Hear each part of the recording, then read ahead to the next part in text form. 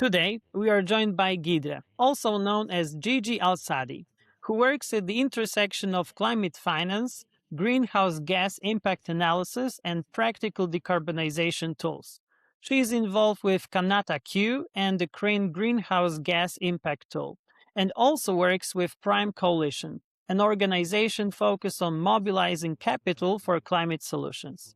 In this conversation, we'll focus on something our audience cares about deeply: how to measure real climate impact, how to avoid inflated claims, and how companies and investors can assess greenhouse gas reductions in a rigorous and practical way. Gigi, welcome. Thanks so much, Carol. It's a pleasure to be here today. My pleasure. And to start, could you briefly introduce yourself and explain how you ended up working on greenhouse gas impact measurement? For sure. So, again, my name's Gigi. It's a bit of a long story, I would say, and there are two parts to the story, how I got into, climate impact modeling. So a little bit about me. I live in Vancouver, Canada, just recently moved there from Toronto. So I currently live on the traditional territories of Musqueam, Squamish, and Tsleil-Waututh nations. So in relation to that, in relation to where I currently live, is the first part is the personal level, and I believe what led me to this climate impact space is the following line, which I really love, and it says, "We do not inherit the earth from our ancestors; we borrow it from our children." And I truly believe in this ancient wisdom. It motivates me every day, and everything I do sort of became like a mantra to me over the years. And even I added it to my LinkedIn bio and job applications. So it's been around my personal space for a while. I think there's a lot of compassion we can learn from indigenous and nations and ancient wisdom. We're only guests on Earth, and I think that that's what led me to focus on climate impact modeling, because I think to me that's part of being a good steward for Earth, and also help make it better for future generations as much as I can. The second part is so on a more professional and personal level. So the reason is much more practical. So I've always been sort of in between the three fields, which is science, business, and sustainability. And I've always sought a space that would combine these three components. So I've done a Master of Environmental Science at the University of Toronto, and also a bachelor's at the same university. So I focused on very different fields. I started with, environmental biology, atmospheric science. Then I also studied environmental policy, like indigenous resource management, all the way to, studying financial accounting and marketing and communication. So I really loved those areas. And I think there's a lot of interaction between the three areas. So that led me to, explore different roles. So, for example, I worked as an analyst in the mining sector, and also I worked as a research sort of analyst at a newly formed climate impact fund. Later on, me and my spouse, we co-founded Kanata Advisors, where I worked as a sustainability consultant.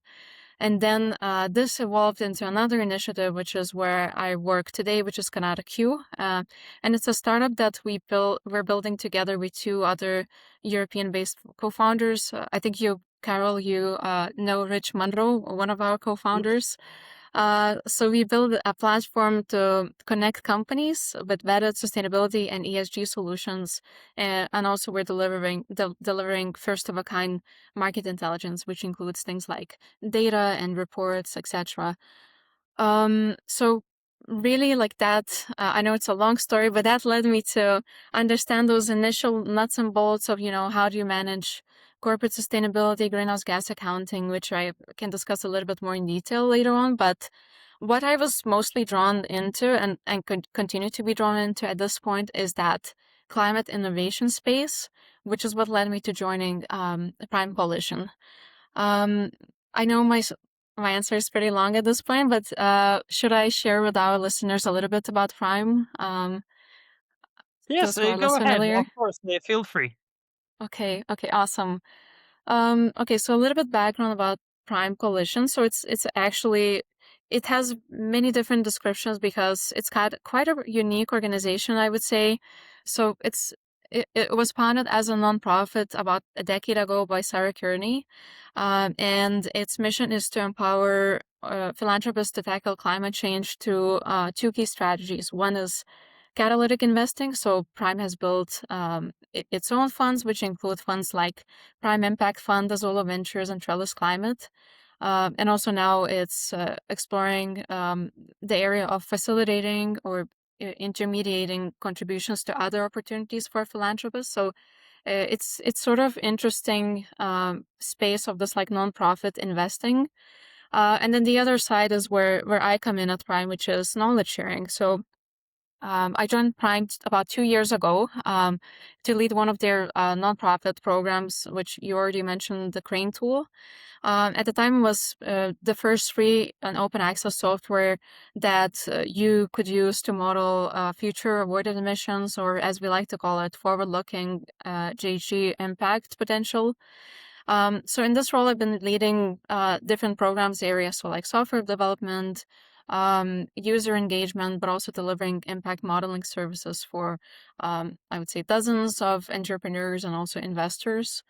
And also, so what really inspires me right now about Prime is that capital piece, especially from the nonprofit space. I think Prime fills in such a huge gap in climate financing, and those who are less familiar with what catalytic capital is, so it's an investment that is highly risk tolerant. It accepts smaller ROIs as compared to, let's say, traditional investments.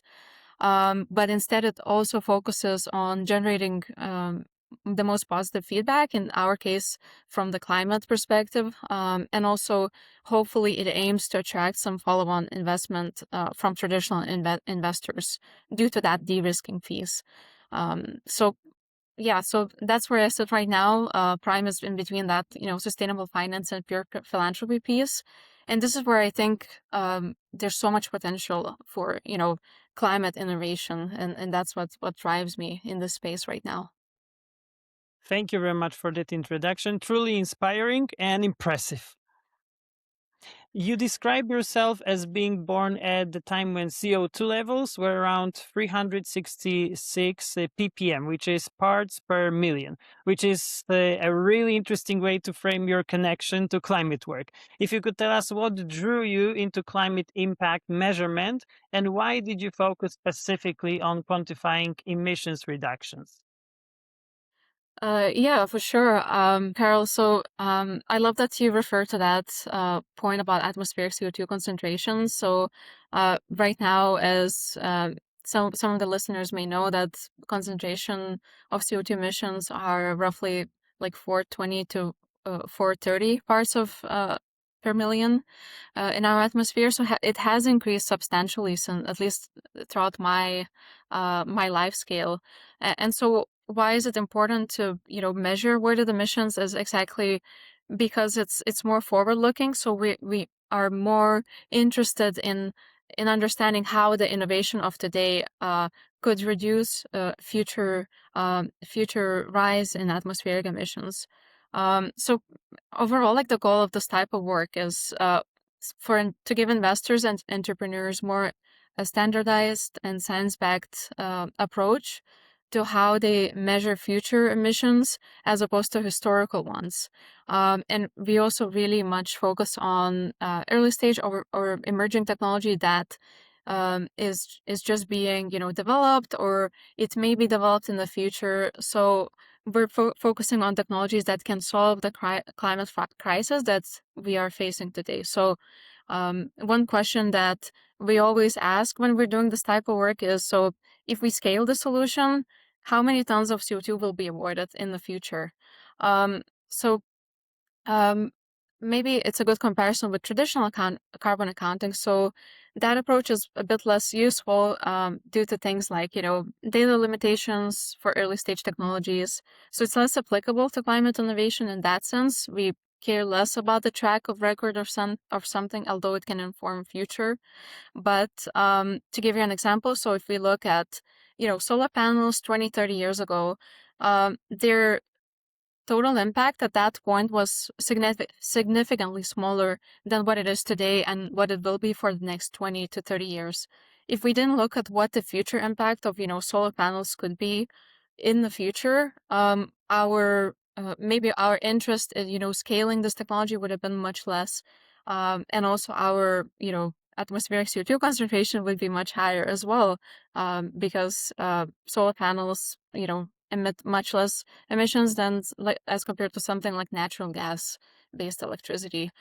So I think also another key difference that I think about, and when I'm explaining this to folks who are new to this, is a key difference between traditional carbon accounting and forward-looking impact measurement, or avoided emissions measurement, is essentially we take the world with the solution. So we make this model, how the world would look with the solution by year, let's say 2050, and compare it against what the world would look like without it. So as I mentioned, that there's where that example between world with solar panels vis-a-vis world without solar panels, where we only have, let's say, natural gas generated electricity. So you compare the difference between those two scenarios, and the result, which is the annual or the cumulative greenhouse gas impact, is that difference. So how it works in practice, for those who are a bit more technical like I am, so we first estimate the emissions level if nothing is changing, and then we model the alternate future where your innovation scales up and avoids those emissions over time. And also what this also entails, and what you need to consider as well to make this a meaningful analysis. So you have to make very careful assumptions, obviously, about what the market adoption would be, how the technology would perform, and how it would scale over time. So also a lot of times investors ask things like, whether this technology has any additionality. So sometimes we're looking at a technology and we're not really sure that the avoided emissions truly wouldn't happen otherwise without our intervention. So that would be one of the key challenge. Another challenge would be things like, double counting, especially if you're an investor investing in a particular technology. You want to ensure that nobody else essentially claims the same savings. So that's where those challenges come in with avoided emissions that may not exist with traditional carbon accounting. But yeah, for me overall, it's just about um, rather than just looking at like a track record, future avoided emissions helps you understand which technologies can be just the most impactful and the most capable of solving the climate crisis. That's a very helpful context. So thank you for that. Because many professionals enter climate work through policy or corporate sustainability. You chose the measurement and impact evaluation route, which is critical but often less visible. So let's unpack that further. Can you explain what the CRANE greenhouse gas impact tool does in practical terms? Who is this designed for, and what type of emissions impact does it help quantify? Yeah, for sure. So, as mentioned, I lead the Crane tool. Maybe I'll start with a little bit of the history about the tool. So it was first launched by Prime in partnership with a startup called Rho Impact, and at the time it was really the world's first open access, but also just the tool overall that could measure forward-looking impact for early stage climate technologies. So since then, there's been some new tools that came into place, which is a great success because there's just less barriers right now to doing this type of work. But to go back, so by design, Crane is designed to be free and transparent, so anyone can use it. Anyone can look into its default models. When it was created, it was based on an impact methodology that Prime has developed in collaboration with another organization called NYSERDA.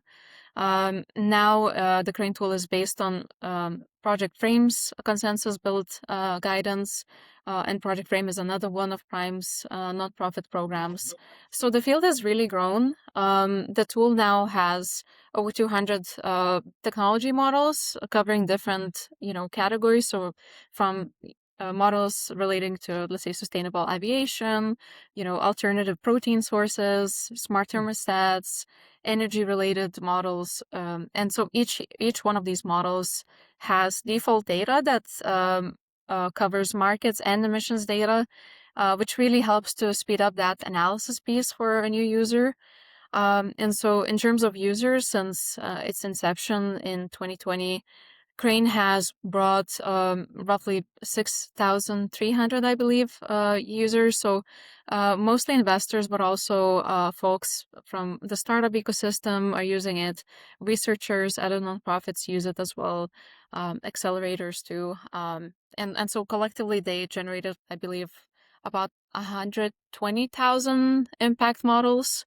So that's quite a sizable impact. But also, I'd like to share a little bit about Crane's next steps too. So over time, And maybe I'll just interrupt with a quick follow-up question. Users are from all around the globe. Do you even track them? Is it Canada and the US, or they come from different countries? yeah, so the distribution of users is definitely global, but it's Mhm. not really even. It really sort of tracks where most of climate investment is happening right now, and has been happening over time. So majority of our users, I would say, they're from North America, so US, Canada. Um, Another big pool of users is from Europe, but there's a very growing user base from Asia because there's been such an inflow of impact investment in the region, especially India. They have some great organizations that have been developed just over the past few years. So they've been more and more interested in impact investing. I believe Prime is even doing some work around convening Asia-based investors to understand and to support their field building. Um, so yeah, it's global, but definitely not even as it is with impact investing. Got it. So, if I understand correctly, the tool, this is not just about corporate footprint reporting like scope 1, 2, and 3. It is about estimating the impact of climate solutions itself, right? That distinction is important for investors and technology developers. Exactly. Really, like our user types are very broad, I would say. Even though majority are sort of impact measurement and management professionals working at, let's say, impact funds, or public investment organizations. We have folks who reach out to me who are doing, let's say, research. They want to understand, what is, let's say, New Zealand's total climate ecosystems impact. What could our country, let's say, achieve by investing more into climate technology? So those are some of the questions that folks are asking right now. There's a lot of people who are, using this topic as their as their PhD or master's thesis because we're still very early innings in this field. So that's another thing that motivates me. Um, and also tools are evolving as well. As I mentioned, there are a lot more tools right now than there were in just 5-6 years ago. Currently, we're also in a partnership with our software developer Rho Impact. So in order to since this climate ecosystem is growing so rapidly, there are more and more data needs that our users have. So in order to serve those needs and to further reduce the barriers to impact measurement, we've joined Raw Impact and their platform called Koi to sort of launch the Crane tier, which is the free tier on their platform. So what's interesting about Koi, maybe I'll just touch upon that, is that it's an AI accelerated platform as opposed to being mainly supported by research fellows that in a way that Crane has been. And so I think Core is a really cool platform because it just has so much impact data. Like it has thousands of data models because it's able to basically go and pull out all of the data points that are out there. So like, to analyze the technology's impact, you don't need just like scope 1, 2, 3. You need to look at, you know, what is this technology's carbon footprint? And also you need to match it with the incumbent technology that you're measuring against. So it can't be just like comparing apples to oranges, right? Like you want to understand your technology of interest. How is it affecting climate from, you know, the development of this technology all the way to end of life, and you want to do the same for the incumbent. Um, so yeah, those are some exciting developments with the Crane tool. I'm also happy because it still remains free and accessible to all the users, but it has much more information to make more uh, or better informed investment decisions for investors, but also for startups who are, dealing with trying to find trying to gain funding from the investor side, and also, as I mentioned, researchers. Now I would like to talk about alignment with Scope 1, 2, and 3 frameworks. If you could tell us how does impact modeling for climate solutions relate to corporate emissions accounting under Scope 1, 2, and 3 frameworks, that would be great. Yeah, so when you're working with avoided emissions assessment, it's I would say it's less useful to think about it in terms of, realized scope 1, 2, 3 footprinting, which is backward looking, and more thinking about like scope 1, 2, 3 reductions, which can be either backwards or forward looking, but we're focusing on that forward looking piece. So when we're thinking about the avoided emissions, um, those emissions that we're interested in are essentially the emissions that would not occur if the product or service in question did not exist. So we are comparing those emissions from not just from our climate technology, but also from the incumbent technology. And the difference would be our Gigi impact over time. So we're always looking in the future. Um, the only time this is shifting is when company is more mature and it has established track record of its own historical emissions. Then it can transition towards tracking its own realized impact. That's really useful for reporting. So if you're an investor, you're interested to know if the technology that you invested in is not just doing simply greenwashing, but it's actually performing to the same level that it was expected when you did your model. So yeah, so that's the focus of this type of work, is that planned or potential future emissions impact. That's great. And for our audience, this connection matters because many companies are trying to reduce scope 3 emissions in their supply chains and they rely on external solutions. So, understanding the credibility of those solutions is essential. So, thank you for that clarification. Now, I would like to talk about the role of free tools in the ecosystem. You've already mentioned that the tool is still free of charge and accessible. And we know that there is an ongoing tension between transparency and competitive advantage in climate tech. Open tools can raise standards across the market, but unfortunately, they also require trust in methodology. Crane is described as free greenhouse gas impact tool, as you've already mentioned. So if you could tell us why is it important to make this type of modeling accessible rather than proprietary? Yeah, for sure. So I think we all have to start somewhere. That's probably the broader answer to your question, but the more informed answer would be that, as I mentioned, the Crane tool was the first tool of a kind to exist at that time. Um, when Prime started doing this type of work, I believe like half a decade ago or more, nobody else was doing, forward-looking impact assessment. It was even called differently at that time. It was, I believe, emissions reduction assessment, something along those terms. So it has evolved a lot. I think the importance of, open access tools and resources overall is that it opens the door without having this, sort of a paywall for folks to use those tools, and then also help inform the future development and start standardization of this type of work. If you go back, a century, if you go back, I don't remember when, the traditional financial accounting standards came into place, but when they did, there was also at the very beginning there were no guidelines. There were there were different approaches to doing this type of work.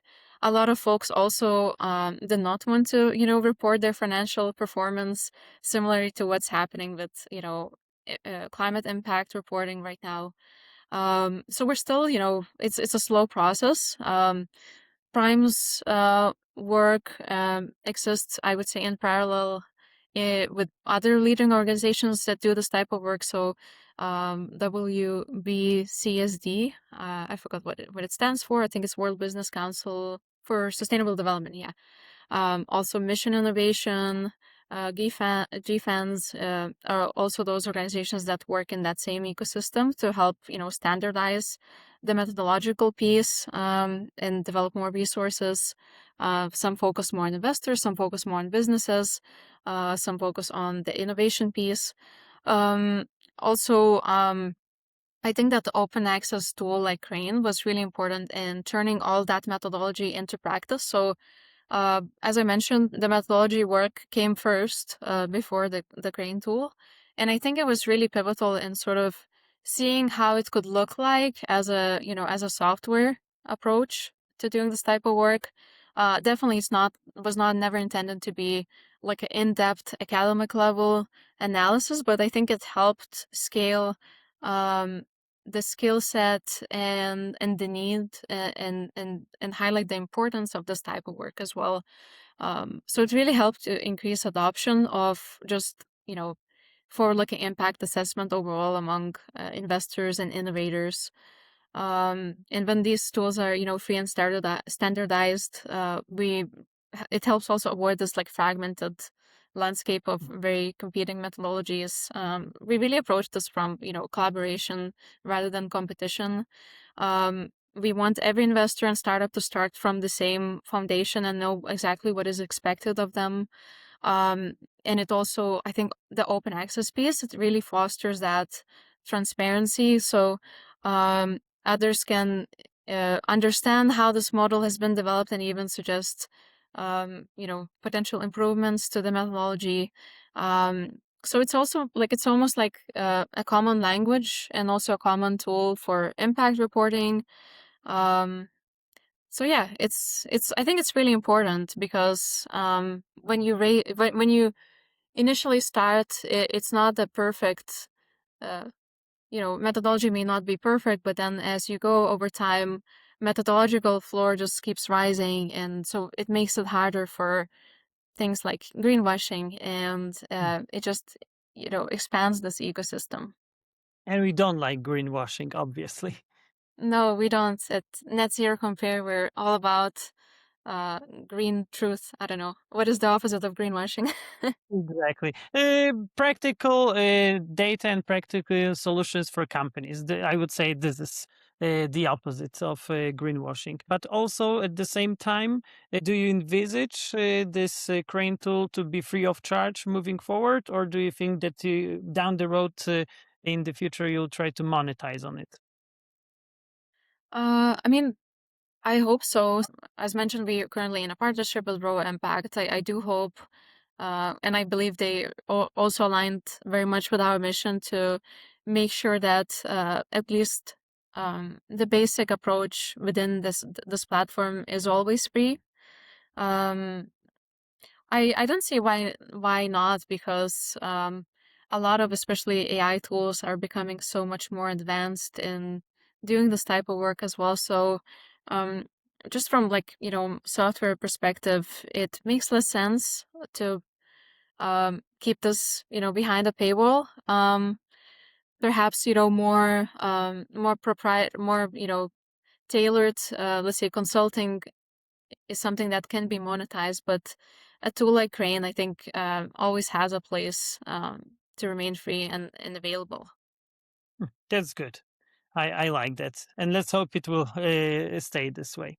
Now I would Likewise. like to talk exactly. Now I'd like to talk about investment decisions and capital allocation.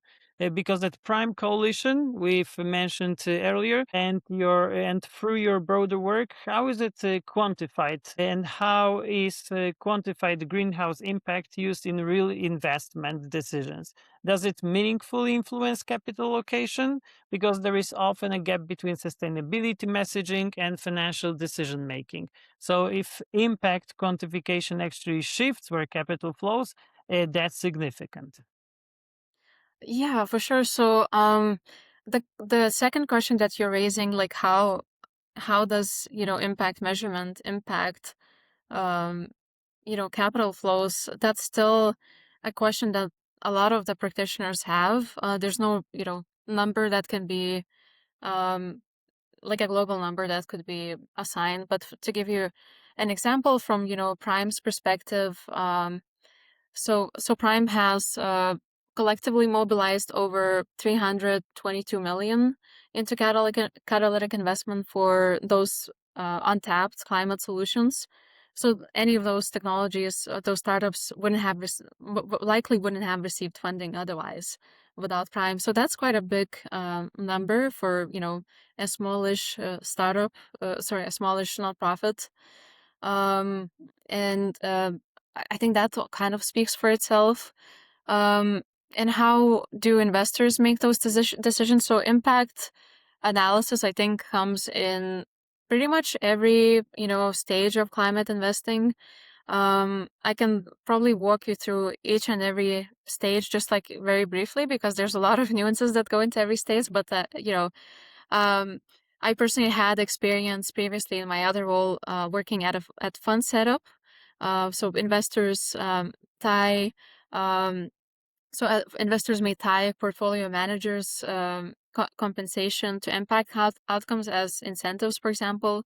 So if um, they may be incentivized if their fund meets or exceeds avoided emission targets by, let's say, year 2050.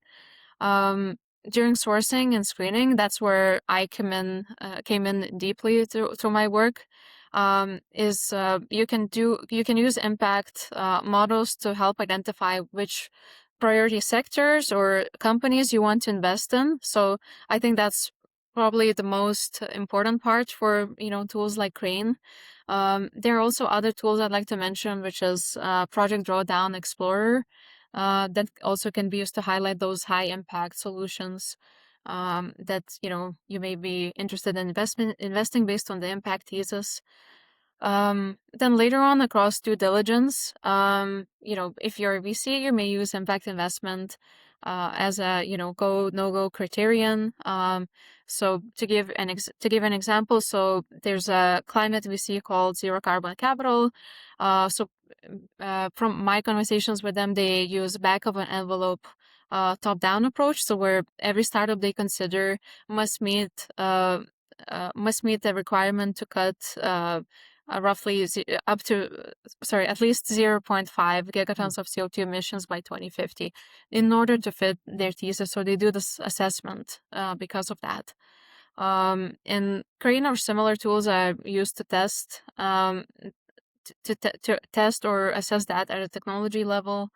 And another diligence use would be, let's say, sensitivity checking. So you may use different Crane models to assess for varying assumptions to see if this particular deal may look impactful under more pessimistic scenarios.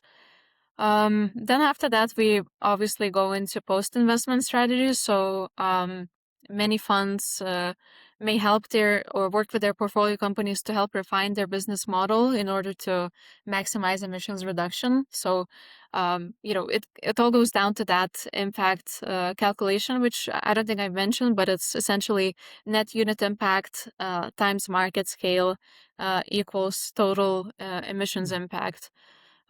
So, an investor may work with their portfolio company to say, well, you know, if you capture this market scale, your total impact may be X. And if you captured that, it may be Y, which is much more significant. So they may work together like that. And also, yes, so they sort of achieve like a roadmap with such decisions.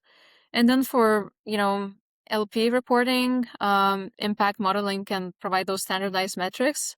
As I mentioned, it's one of those metrics is realized impact alongside potential and planned impact. So LPs increasingly ask for that evidence, again, as I mentioned, to make sure that that fund is not just greenwashing.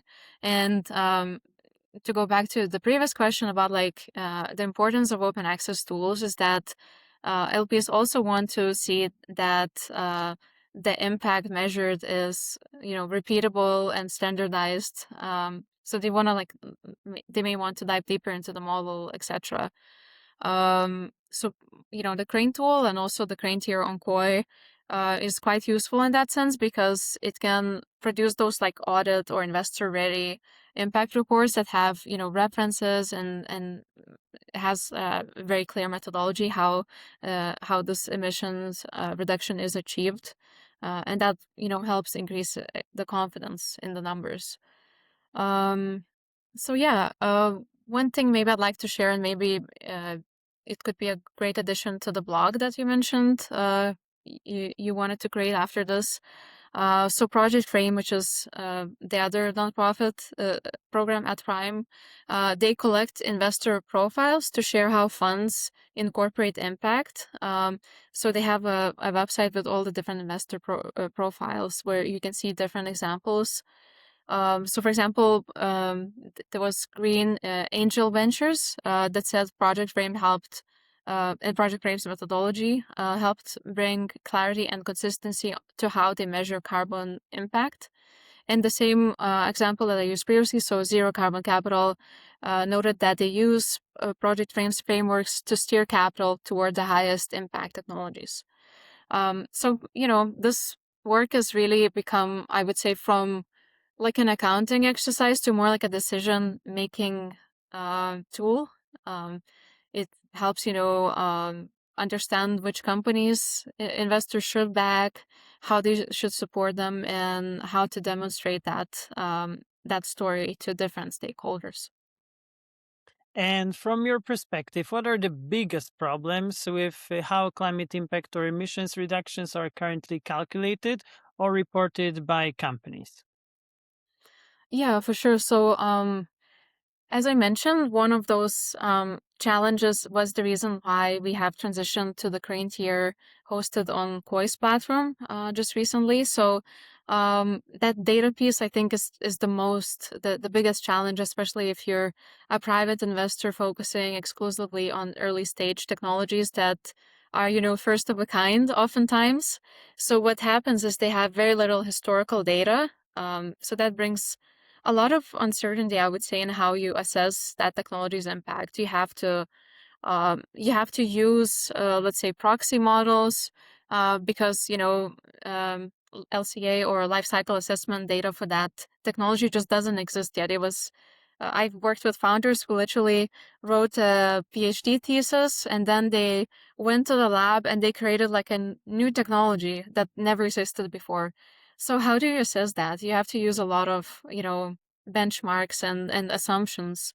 But what is helpful in those cases is usually, in a Crane tool, you can always measure the low, medium, high impact trajectories, which help, account for those uncertainties. So an investor may look at it and say, well, on average, impact could be this, but it could also have an upper and a lower bound. So we're not just looking at, the best case scenario. Um, so this also captures that idea that this type of work that we're doing is not about coming with like a very precise number. These are estimates, but they're estimates that are the most useful for decision making because there's no other information that is available from the climate impact perspective.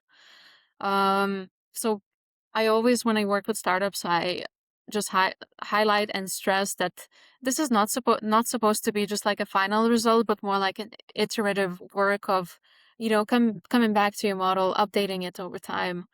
Um, so yeah, those sensitivity checks really help, I would say. So it's mostly about building that credibility as opposed to, achieving the perfect precision in your impact model. I'll just add that at Net Zero Compare, we often see companies publishing reduction claims without clearly explaining, unfortunately, the baselines, counterfactuals, or assumptions. For sustainability professionals trying to compare solutions, that lack of transparency, unfortunately, creates real challenges. So these are the pitfalls. It No happened to worries. me as well. When I was consulting startups interested in doing their own impact analysis.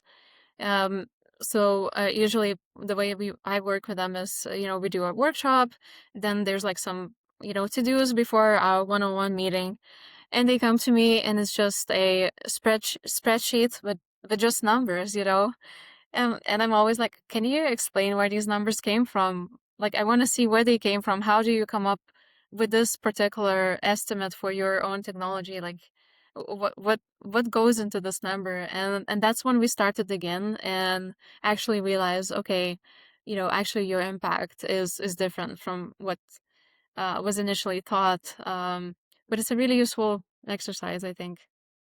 Oh, yes, I do agree totally. And now I would like to talk about early stage climate technologies and uncertainty, because many climate technologies are early stage, as you know, and do not yet have large scale deployment data. So, if you could tell us, how do you deal with uncertainty when estimating long term emissions impact? Yeah, so exactly as I mentioned, those two things like sensitivity analysis is really helpful. So if let's say you're looking at mm, escapes my mind, but like any kind of like energy based technology model, um, let's just say like something like green hydrogen, and you're comparing it against the incumbent scenario, which is world without green hydrogen, which is mainly, let's say natural gas based electricity that goes into the grid, and you want to understand the different levels of impact. So you may do different types of models. One model would be, how your grid looks like under business as usual scenario. Then the second model would be um, how it looks like under net zero scenario. And then the third one would be something like in between. Usually the in between case is usually the most credible because we don't want to be too optimistic or too pessimistic. Um, so that would be, I would say, the main way that we address for those uncertainties. Definitely that transparency piece is really important. We want to know where the numbers are coming from. Startups are always very optimistic also about their market scale. As you know, um, every startup wants to, take over the world, which is great energy to be around. This is probably my favorite part of working with Prime is, engaging with those really motivated startup founders. But unfortunately, it leads to very optimistic or sometimes overly optimistic impact models.